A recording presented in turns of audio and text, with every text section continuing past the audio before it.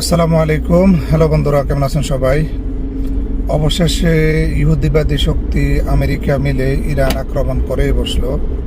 সকল জল্পনা কল্পনার অবসান ঘটিয়ে আমেরিকা রাতের অন্ধকারে ইরান আক্রমণ করছে। সবাই ভাবছিল হয়তো ট্রাম্প 2 সপ্তাহ অপেক্ষা করবে, হয়তো এই মুহূর্তে আক্রমণ করবে না, কিন্তু এই মাথামোটা ট্রাম্প ইরান আক্রমণ করে বসলো। রাতের অন্ধকারে ঘোষণা দিলেও ইরানের 3টি পারমাণবিক কেন্দ্রে হামলা করা হয়েছে। এখন কি অবস্থা বাকি বিস্তারিত আসে নাই। এর মধ্য দিয়ে আমেরিকা আরেকটা ভুল করলো, আর আমেরিকা এটা প্রমাণ করলো যে ওর নিজের সত্তা বলতে কিছু নেই। ইসরায়েল যেদিকে চায় আমেরিকাও সেদিকে যায়। না হয় সবাই বলছিল আমেরিকা যদি সরাসরি যুদ্ধে না জড়ায় তাহলে এই যুদ্ধটা বেশি দিন টিকবে না, ইসরায়েলের যখন অস্ত্র কমে আসবে এমনিতেই যুদ্ধ বন্ধ হয়ে যাবে। কিন্তু আমেরিকা অবশেষে হামলা করে যুদ্ধের গতি প্রকৃতি কি হয় এখন সামনে বোঝা যাবে।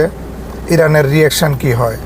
ইরানের রিয়াকশান যদি ভয়াবহ হয় তাহলে বুঝতে হবে হামলার আগে ইরানকে জানানো হয় নাই, আর যদি নর্মালি কোনো রিয়াকশান হয় তাহলে বুঝতে হবে ট্রাম্প ইরান কোনো আগেই বোঝাপড়া হয়েছে, যাতে ট্রাম্প বলতে পারে নিজ দেশে যে আমি বিজয় অর্জন করছি, ও তো এমনিতে পাগলা।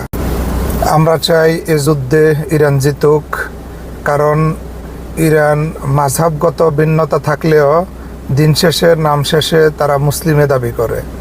তাই একটা মুসলিমের বিজয় মানে আমাদেরও বিজয়, একটা মুসলিমের পরাজয় মানে আমাদেরও পরাজয়। কারণ ইহুদিবাদী ইসরায়েলের পরবর্তী পরিকল্পনা পাকিস্তান। ইরান যদি নিশ্চুপ হয়ে যায়, ইরানকে দুর্বল করে দেওয়া যায়, তাহলে পরবর্তী তাদের টার্গেট পাকিস্তান। তাই আমাদের মন থেকে দোয়া রইল ইরান জিতুক। বাকি সামনে কি হয় আল্লাহ ভালো জানেন।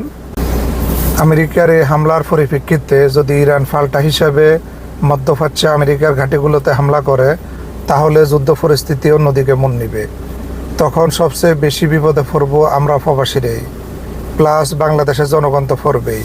কারণ জিনিসপত্রের ঊর্ধ্বগতি দাম আমাদের মতো গরিব দেশের জন্য অনেক বিপদের কারণ। তাই আমরা চাই যুদ্ধ খুব তাড়াতাড়ি শেষ হয়ে যাক, সবাই ভালো থাকুক, আল্লাহ সবাইকে ভালো রাখুক। ওকে, আবারও দেখা হবে নতুন কোনো বিষয় নিয়ে। সে পর্যন্ত সবাই ভালো থাকুন। আল্লাহ হাফেজ।